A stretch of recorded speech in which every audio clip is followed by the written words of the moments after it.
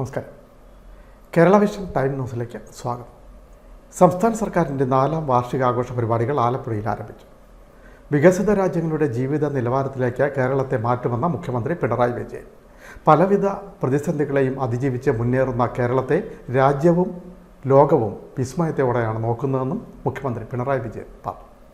ഇവിടെ ഈ കാലയളവ് ഒരുപാട് ദുരന്തങ്ങൾ ഏറ്റുവാങ്ങേണ്ടി വന്നൊരു കാലയളവാണ്. നിപ്പയും ഓക്കിയും 2018 നൂറ്റാണ്ടിലെ മഹാപ്രളയവും 2019 അതിരൂക്ഷമായ കാലവർഷക്കെടുതിയും വലിയ ഇടവേളയില്ലാതെ ലോകത്തെ ആകെ വിറങ്ങലിപ്പിച്ച കോവിഡ് മഹാമാരിയും എല്ലാം നമുക്ക് ഏറ്റുവാങ്ങേണ്ടി വന്നു. അപ്പം നമ്മുടേതുപോലുള്ള ഒരു നാട് തകർന്നു പോകുന്നതിന് ഇതിൽ പരം വേറെ ഒന്നും വേണ്ടായിരുന്നു. അത്ര കടുത്ത ആഘാതങ്ങളാണ് നമുക്കവ സമ്മാനിച്ചത്. നിർഭാഗ്യവശാൽ നമ്മുടെ നാടിന് ആ ഒരു ആപൽ ഘട്ടത്തിൽ ലഭിക്കേണ്ട സഹായം ലഭിക്കുന്ന നിലയുണ്ടായില്ല.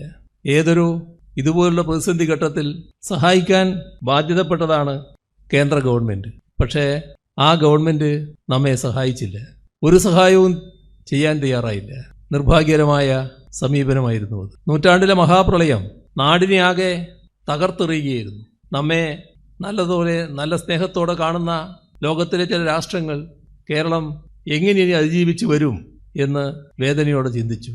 അവർ നമ്മെ സഹായിക്കാൻ ചിലരൊക്കെ മുന്നോട്ട് വന്നു. ഇന്ത്യ ഗവൺമെൻറ് ആ സഹായം തടഞ്ഞു.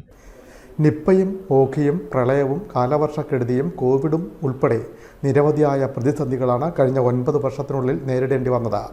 ഈ ഘട്ടത്തിലൊന്നും നമ്മെ സഹായിക്കേണ്ട കേന്ദ്ര സർക്കാരും കേരളത്തിലെ പ്രതിപക്ഷവും സഹായിച്ചില്ല. മാത്രമല്ല, സഹായങ്ങളെ തടസ്സപ്പെടുത്തുകയും ചെയ്തു. വിവിധ പ്രതിസന്ധികളെയെല്ലാം അതിജീവിച്ച് നാം മുന്നേറി. ഗെയിൽ പൈപ്പ് ലൈനും ദേശീയപാതയും വിഴിഞ്ഞം പദ്ധതിയുമൊക്കെ നാം യാഥാർത്ഥ്യമാക്കി. നമ്മുടെ കൂട്ടായ്മയും ഐക്യവുമാണ് അതിജീവനത്തിൻ്റെ കരുത്തെന്നും മുഖ്യമന്ത്രി പറഞ്ഞു.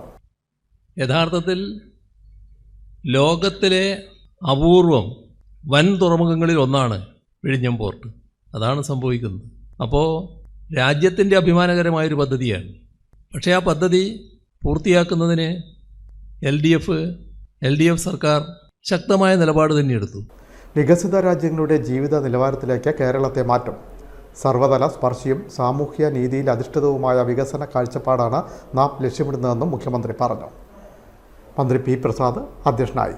മന്ത്രിമാരായ Saji Cherian, K B Ganesh Kumar, MLA മാരായ PP Chitharanjan, H Salam, advocate U Prathibhahari, MS Arunkumar, Thomas K Thomas, Daleema Jojo, ജില്ലാ പഞ്ചായത്ത് പ്രസിഡന്റ് KG രാജേശ്വരി, കളക്ടർ അലക്സ് വർഗീസ്, മറ്റ് ജനപ്രതിനിധികൾ, ഉദ്യോഗസ്ഥ പ്രമുഖർ തുടങ്ങിയവർ പങ്കെടുത്തു.